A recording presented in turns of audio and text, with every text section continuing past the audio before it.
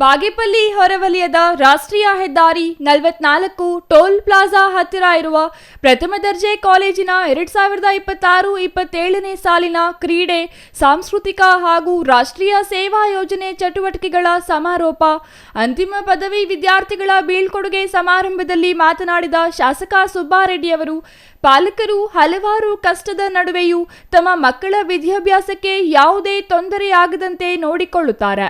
ಆದರೆ ವಿದ್ಯಾರ್ಥಿಗಳು ಮೊಬೈಲ್ ಚಾಳಿಗೆ ಬಿದ್ದು ತಮ್ಮ ಶೈಕ್ಷಣಿಕ ಜೀವನವನ್ನು ಹಾಳು ಮಾಡಿಕೊಳ್ಳುತ್ತಿದ್ದಾರೆ.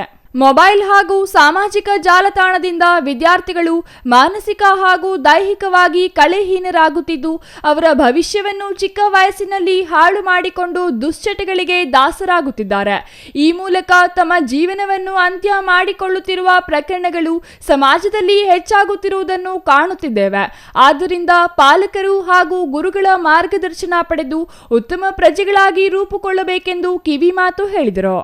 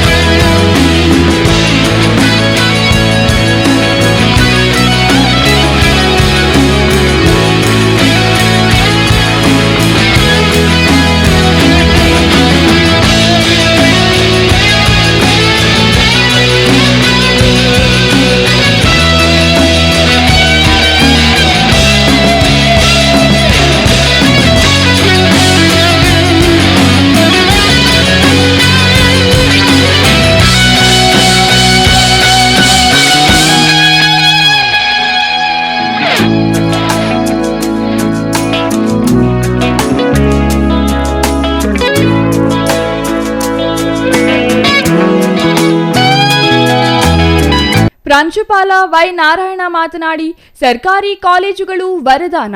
ಸರ್ಕಾರಿ ಶಾಲೆ ಕಾಲೇಜುಗಳೆಂದರೆ ಮೂಗು ಮುರಿಯುವಂತಹ ಮನಸ್ಥಿತಿಯಿಂದ ಪಾಲಕರು ಮೊದಲು ಹೊರಬರಬೇಕು. ಖಾಸಗಿ ಕಾಲೇಜುಗಳಿಗಿಂತಲೂ ಹೆಚ್ಚು ಮೂಲ ಸೌಕರ್ಯಗಳು ಸರ್ಕಾರಿ ಕಾಲೇಜುಗಳಲ್ಲಿ ಲಭ್ಯವಿದೆ.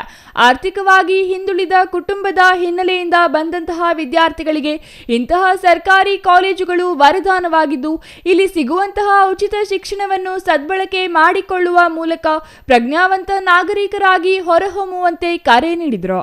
Ganesh R, CTV news, Bagepalli.